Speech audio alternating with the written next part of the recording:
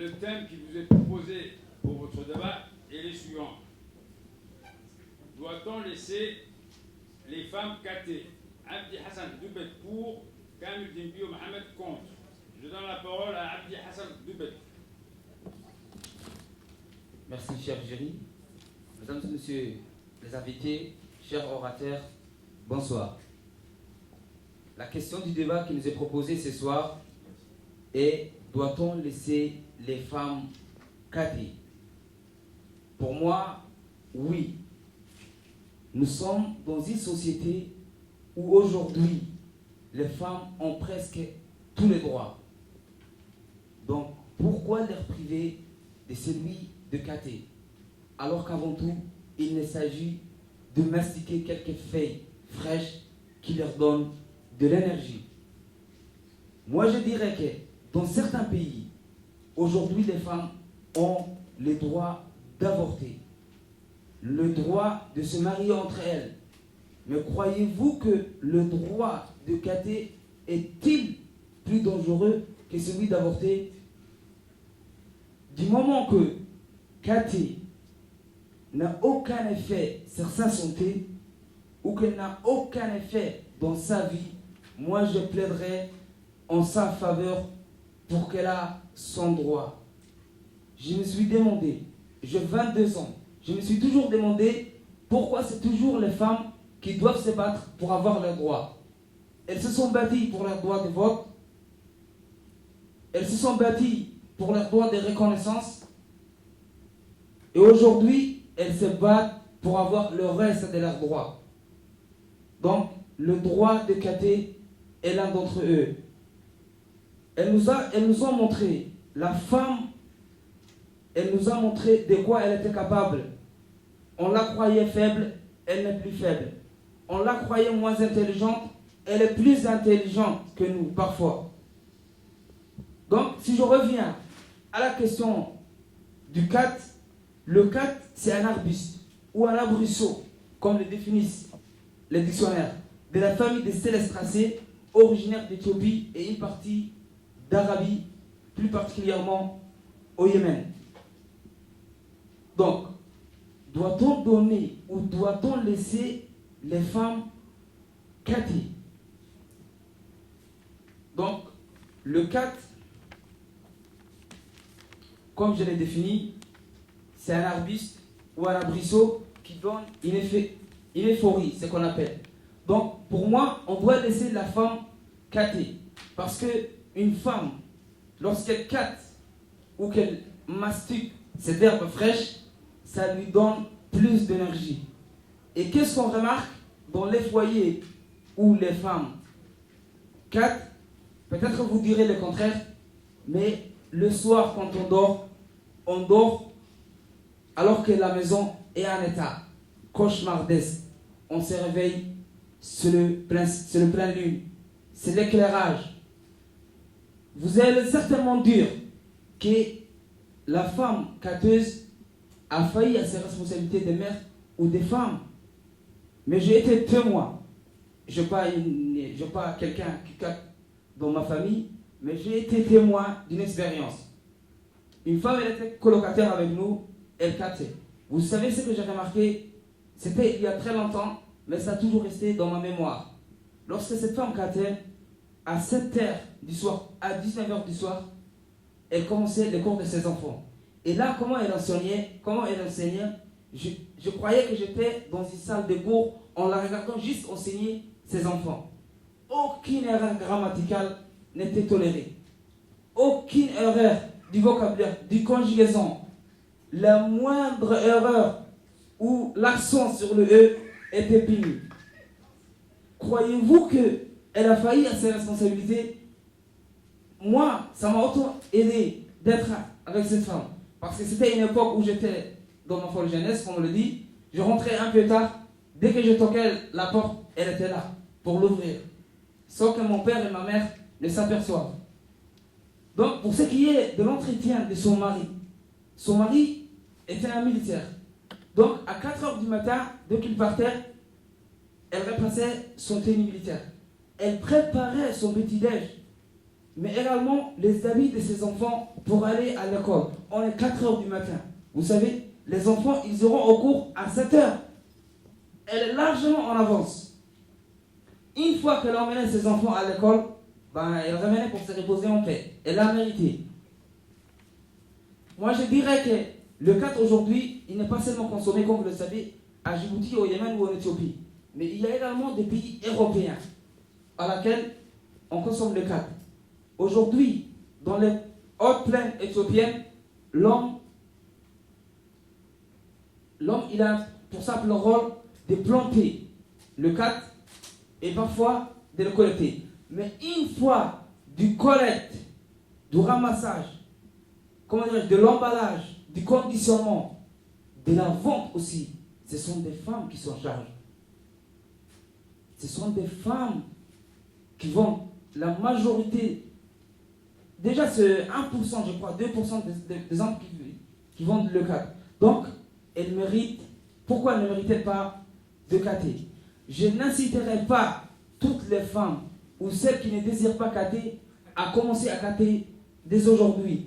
Mais celles qui désirent, qui a les moyens de cater, celles, par exemple, son mari gagne beaucoup, celles qui travaillent, celles à qui ses enfants ont grandi et qui travaillent, qui lui donnent de l'argent, elle a le droit de cater si elle le désire. Croyez-vous que l'homme, on est dans une société archaïque encore, où on croit toujours à la supériorité de l'homme? Pourquoi la femme, elle n'a pas ce droit? Alors que l'homme, dans nos foyers, l'homme broute tous les jours. Croyez-vous que la femme ne doit pas brouter parce qu'elle est faible? Croyez-vous que la femme ne doit pas brouter parce qu'elle est inférieure ou moins intelligente que l'homme? Moi, je ne crois pas. Je suis un homme, certes, mais dans toute société, nous voyons aujourd'hui le rôle où, s'il n'y avait pas de femmes, le monde aujourd'hui ne serait rien. Pour ce qui est du droit, aujourd'hui, dans notre pays, l'émancipation de la femme a atteint à un niveau où elle n'a jamais été. Elles sont ministres, professeurs, femmes au foyer. Mais qu'est-ce qu'on sait si ces dames qui nous accueillent chaque jour dans les administrations publiques, qui nous donnent ce qu'on veut, qu'est-ce que c'est d'elles si elles catent ou pas? Donc, cater, pour qu'une femme cate, moi je dirais que ça n'a aucune influence. Ça ne lui donne aucune faiblesse. Elle a le plein droit de cater si elle le désire. Comme elle a le plein droit de voter, d'avorter, de se marier entre elles, si elles veulent. Merci.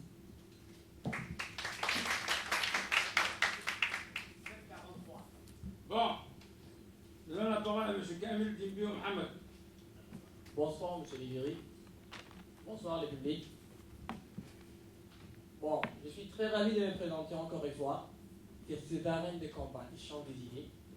Le thème de ce soir s'intitule « Peut-on laisser nos femmes cater ?»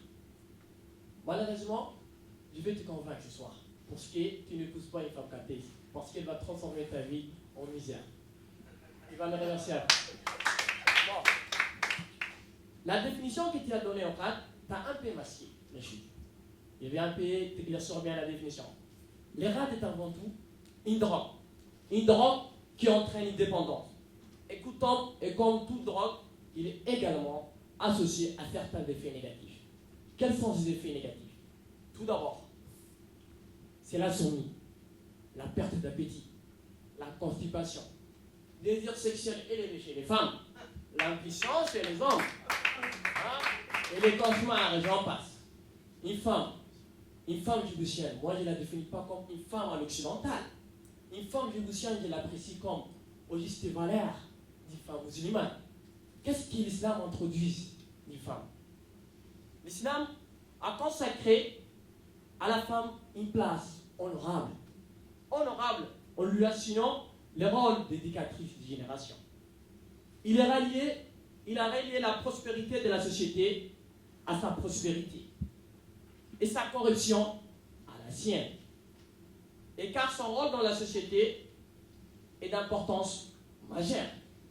Si en effet, à elle qui incombe l'immense devoir d'éduquer les enfants qui seront les éléments constitutifs des élites et des mêmes. Alors, est-ce une femme et les rats qui est un drogue, on doit les mettre ensemble. Déjà, Djibouti a ras-le-bol des cathares masculins. Si les femmes commencent à cater, c'est le cataclysme à Djibouti. D'accord? Alors, quel serait l'impact des cadres sur la valeur de nos femmes? Lorsque je parle de la valeur, la morale, l'éthique de la femme. Les cadres poussera nos femmes à manquer de pudeur et de dignité. Pourquoi j'ai dit ça? Il faut bien noter ça. Car une femme éveillée toute la nuit et passer sa vie dans l'euphorie maladive, serais-je capable de jouer convenablement le rôle d'éducatrice et un modèle pour des enfants? Ma réponse est non. Une femme éveillée toute la nuit, elle serait capable d'être un modèle. Elle commence à capter. L'enfant, lorsqu'il va grandir, il va commencer aussi à capter. Parce que l'enfant grandit avec l'environnement de la maison. La première agent de sensibilisation, c'est maman. Si maman est droguée, l'enfant, quel sera? Quel sera l'avenir de l'enfant? Deuxième point. Imaginons nos femmes broutées se déplacer d'une membrane à une autre, passant tout son temps en dehors de la maison. Serais-je une femme idéale pour la marier et d'être une mère pour nos enfants? Est-ce que tu accepterais de te marier avec une femme qui broute? Est-ce que tu accepterais d'avoir une mère pour tes enfants, une femme mariée? Ma réponse est non. Troisième point, les points les plus importants qu'il faut bien retenir. Les craintes et les libidos ne font pas les bons ménages chez les femmes. Il y a une citation que j'ai retenue d'Imam Raz. Je suis parti au Imam Raz pour bien m'informer. Qu'est-ce qu'ils m'ont dit? Une petite citation des brouteurs. Chez l'homme, les rats n'endorment pas les cœurs, elle endort les sexes. Chez l'homme, c'est l'impuissance. Chez la femme, elle éveille les sexes, elle endort les cœurs. Oh là là, ça me fait mal au cœur d'entendre ça. C'est-à-dire, si les femmes broutent, elles remplaceront les hommes sur le poteau. Et dans les lieux sombres du quartier avec leurs filles. Désormais, l'opération de brouteur chasse aux femmes sera substituée chasse à l'homme des brouteuses. Les plus graves, ces femmes brouteuses poussées par la dépendance se livreront en cas de rupture de leur portefeuille aux prostitutions auprès des cadres. Ça arrive à Djibouti. Et je l'ai vu et je l'ai vécu. Donc, est-ce idéal de voir nos femmes, nos mamans se livrer aux prostitutions? Est-ce que tu devrais accepter ça? Non. La réponse est non. Sur le plan sanitaire, tu as parlé du plan sanitaire. Aucun effet. Les rats n'ont aucun effet sur le plan sanitaire. Je viens de te dire. L'Institut Erickson et associé de Carlisson, ils ont fait une recherche, également rapporté les effets semblables. Que des bébés nés aux femmes qui mâchent les quatre, habituellement sont plus petits. Et leurs mères produisent moins de lait. Clairement, l'utilisation de leur mère de rats retarde leur développement. Et ce retardement est susceptible d'avoir des conséquences à long terme. Ça veut dire quoi ça? Les rats n'ont seulement pas un impact physique sur nos mamans, mais elles nous empêchent de produire les gènes du développement durable. Donc, doit-on laisser nos femmes au risque des quatre? Non. Ma réponse est toujours non. Donc, sur le plan économique, avez-vous remarqué les conditions des filles, des enfants où les papas 4 et la maman 4 aussi? C'est plus dur ça. Ces enfants sont toujours vêtus des habillements sales. Et des fois, ils vont à l'école sans prendre les petits déjeuners. Pourquoi? Tu as parlé que la maman, elle est très active, la synergie, l'abnégation, le courage, elle a tout. Une femme qui a éveillé toute la nuit, est-ce qu'elle est capable de préparer les petits déjeuners pour son enfant? La réponse est non, cher ami. Je suis tout à fait contrarié. Une femme éveillée toute la nuit, elle va dormir tout le matin. C'est une vampire, il va se réveiller la nuit. Elle ne fait rien de son enfant. En plus, les plus durs chez ces enfants, ils grandissent avec l'environnement de la délinquance. Papa broute à côté, maman broute à côté. Donc, qu'est-ce qui se passe? Malheureusement, la chance de réussir chez les enfants réduit. Parce que l'enfant, il suit la trace qu'il a vue, d'accord? La traçabilité, la conscience grandit avec l'environnement. L'environnement dans lequel il est né, à 90% était délinquant. Et qu'est-ce qu'il va devenir? Il va devenir délinquant. Et sa chance de réussite sera minime. Donc, ma dernière intervention est ici. Je partage ma peine et compassion pour tous les mariages ébranlés à cause des cartes. Il y a beaucoup d'Émirkhans et d'Émirkhanaises qui sont divorcés. Pourquoi?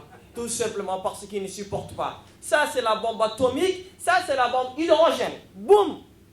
Donc, lorsqu'ils vont faire quoi? Il y aura toujours des divorces. Le deuxième point. Je partage une peine immense pour les enfants ouverts ses yeux dans un foyer où les cartes a fait ravage et sans avenir était aussi celle de ses parents. Donc, chers amis, après tout, ces méfaits des cartes sur nos femmes. Et finalement, doit-on laisser nos femmes opérer des cartes? Moi, je suis tout à fait contrarié et j'espère que tu ne pousses pas un jour ou l'autre une femme cathésine.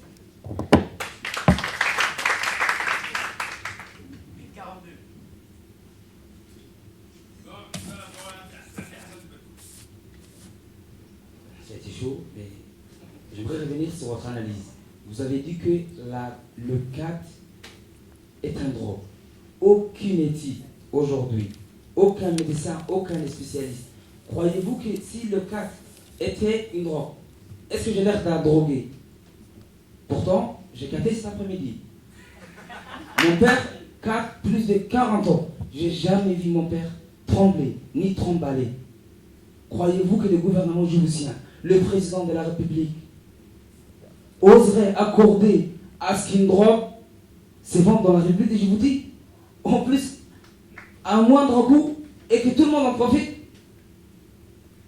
Je crois que je ne serai pas un pays où la drogue est permis un jour. Pour ce qui est du désir sexuel de la femme, ça m'étonne, mais le désir sexuel, c'est quelque chose de naturel. Pourquoi associer le désir sexuel au CAT?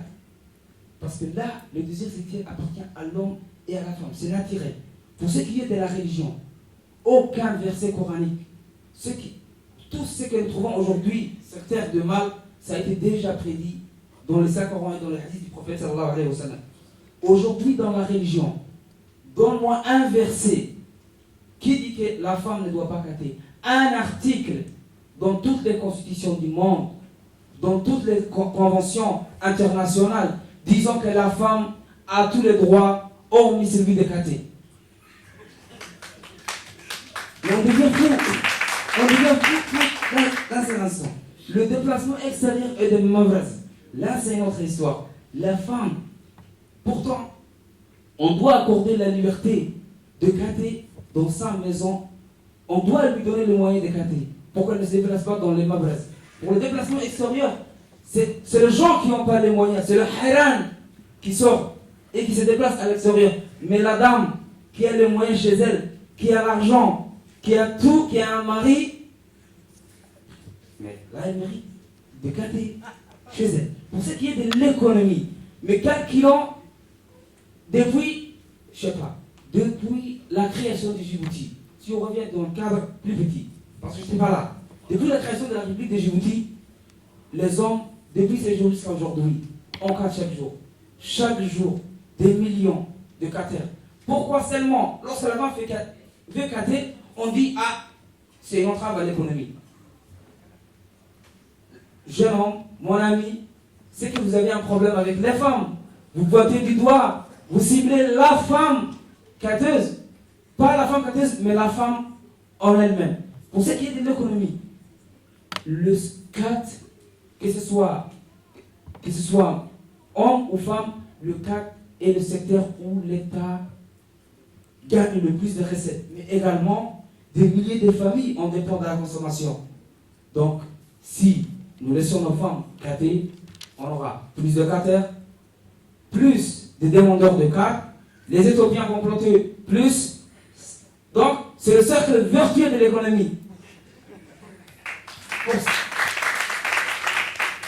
Pour ce qui est de la santé. Selon les plus grands spécialistes, le khat a une substance chimique. La principale, elle s'appelle la catinone. Donc, ils ont dosé, et vous savez ce qu'ils ont vu, c'est que la catinone est 17 fois inférieure à tous les autres drogues. Donc, d'où le nom d'une drogue douce. Au contraire, le khat, sur le plan sanitaire, il est conseillé à certains cas de diabète type 2. Mon cher ami, parce que sa consommation réduit les taux de glycémie et de glucose dans le sang. Le docteur qu'il soigne, chaque matin qu'ils sont là, croyez-vous qu'il ne broute pas? Si c'était un entrave à la santé, croyez-vous qu'il brouterait? Pourquoi, quand il s'agit de la femme, on ferme d'un seul coup les yeux? Pourquoi elle est toujours victime de la supériorité ou de l'organe de l'homme? À ce jour, à Djibouti, par ce qui est de ma connaissance, on ne dénombre aucun cas de morts ou de victimes. Avez-vous déjà entendu le virus du khat, où quelqu'un est mort à cause du khat? Jamais. Le jour où vous aurez cette preuve, le jour où on aura à Djibouti quelqu'un est mort parce qu'il est atteint du khat, bah ce jour-là, je me lèverai et je te saluerai, mon ami. Le khat, dans la religion et dans la société, nous vivons aujourd'hui. Merci. Bon. Monsieur Abdi Doubat, vous avez épuisé votre temps de parole. Je donne la parole pour une dernière fois à Monsieur Kamil Dimbio Mohamed.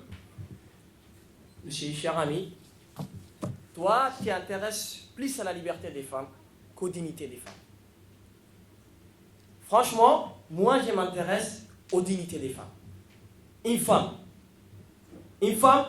ce qui est une femme, c'est plus précieux. Une femme, c'est une maman. Une femme, ce qui fait notre chère patrie, c'est les femmes. Tu sais les problèmes à Djibouti? Les hommes broutent. Qui est en train de pallier les problèmes des hommes? Ce sont les femmes. Si les femmes commencent à brouter, quelles seraient les conséquences? Les femmes qui étaient là pour pallier notre problème ont commencé aussi à droguer. Quels seraient les problèmes? Djibouti n'aura pas un avenir, Jérôme.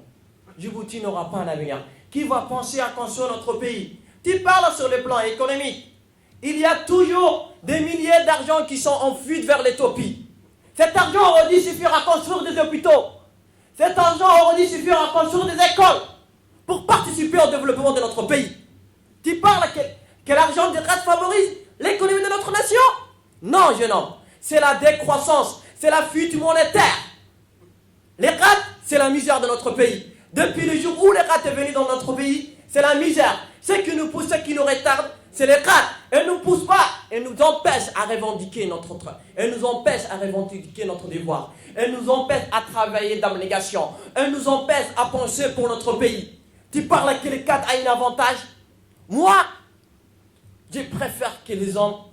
Les rats se limitent aux hommes parce que, c'est fini. On ne peut pas arriver à une époque dans laquelle où les hommes ne pourront pas voter.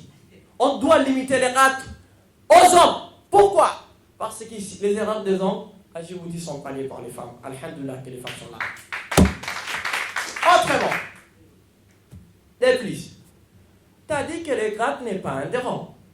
J'aimerais bien t'expliquer. Une drogue, c'est toute chose qui crée des dépendances. Une drogue, c'est toute chose qui crée des dépendances. Aujourd'hui, tu as mangé. Essaie de dormir pendant 1 mois sans manger des grattes. Je vais te voir. Tu vas toujours faire des hiram et trouver les 600 francs par n'importe quel moyen. Qu'est-ce que tu vas faire en premier? Voler ta mère. Qu'est-ce que tu vas faire en deuxième position? Tu vas aussi voler à l'extérieur. Qu'est-ce que tu vas faire en quatrième position? Tu vas faire de hold dans tyrannie. Les rats, ça crée des dépendances. Les rats, c'est un drogue. C'est pas une superstition. Les rats, c'est un drogue. Et je l'ai dit que c'est un drogue. Du moment qu'elle crée des dépendances, c'est un drogue. Tu as parlé de la liberté des femmes. Qui empêche nos femmes? J'empêche nos femmes des choses qui sont maladives. J'empêche nos femmes des choses qui pourraient nuire à leur santé. Moi, je suis un homme. Je dois défendre ma maison. Je dois défendre ma sœur. D'accord? Je dois empêcher toutes choses qui pourraient nuire directement ou indirectement aux femmes. empêcher de manger les rats, ça n'empêche pas la liberté, gênant. Ça n'empêche pas la liberté. La liberté, c'est quelque chose qui est plus vague. D'accord? J'empêche ma maman à brouter parce que ça nuit à la dignité. J'empêche ma sœur parce que ça nuit à sa pudeur. J'empêche toutes les femmes de Djibouti parce que si elles commencent à brouter, Djibouti n'aura pas d'avenir. Parce que les hommes sont dilapidés, les hommes, ils sont en train de vivre les conséquences des grades. Les conséquences des grades, ce n'est pas tout simplement les jeunes d'aujourd'hui qui sont en train de vivre, même les générations futures. Pourquoi? Tout l'argent qui sont dépensés par les grades. Si on leur dit prendre tout l'argent qui sont partis vers les utopies et faire à Djibouti construire des entreprises, on aurait dit avoir moins de chômeurs, gênant. L'argent qui passe toujours vers l'Éthiopie et qu'on l'amène à Djibouti et construire des hôpitaux, ça aurait dû soigner certains. L'argent qui passe toujours vers l'Éthiopie, il y a des ambulances qui manquent en or. On aurait dû acheter des ambulances. Hein? On aurait dit, il n'y a pas de lits aux hôpitaux. T'as entendu parler, tu es à Djibouti. On aurait dû augmenter le nombre de lits aux hôpitaux. Et voilà. Merci. On remercie M. Abdi Hassan Doubet et M. Kamel Dimbio Mohamed.